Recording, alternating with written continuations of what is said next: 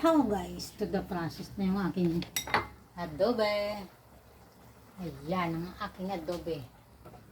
Now, ang gagawin ko ngayon ay prepare ko yung aking pang hekbet. Kasi syempre hindi mawawala sa mother nyo yung gulay. This is good for hanggang mamayang hapon, mamayang gabi. Okay? Para mamaya hindi na ako magluluto. Mag-ano na lang ako. Initin ko na lang. So, ulam to hanggang mamayang gabi. Diba? Ganun lang ang buhay. Ganyan ang ating ano. Papakbit ko meron ako kasing ano dito malunggay siya. Ilalagay ko siya sa pakbit kasi masasayang. Diba? Ang daming benefits niyan na malunggay. Kasi si Kulit yan, kakain niya ng adobo. Tapos syempre, pakainin natin ng ano, ng healthy gulay.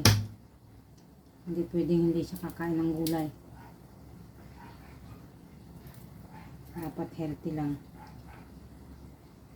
Gusto daw niya ng kalabasa. Makita nga kung gusto niya.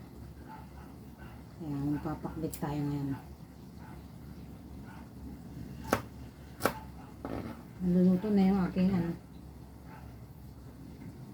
Siyempre, hindi mawawala yung aking. Siyempre, yung sahog ng aking pakbit ay chicken pa rin. Walang kamatayang chicken yan. Para one way lang tayo. Ayan. Diba? Ganun lang ang buhay. Tapos na. Tapos ko na ulit prepare. Dito naman tayo. Gasan natin itong ating malunggay. Kaya ihahalo ko man ito. Hindi kailangan diba?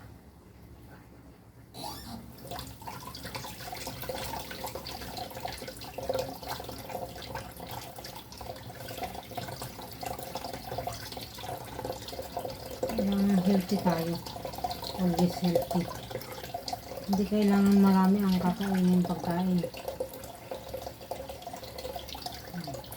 Dalawang putahe lang sa isang araw. Ayos na. Simpleng putahe. Simpleng pangmasang putahe. Ayos na yan. Diba?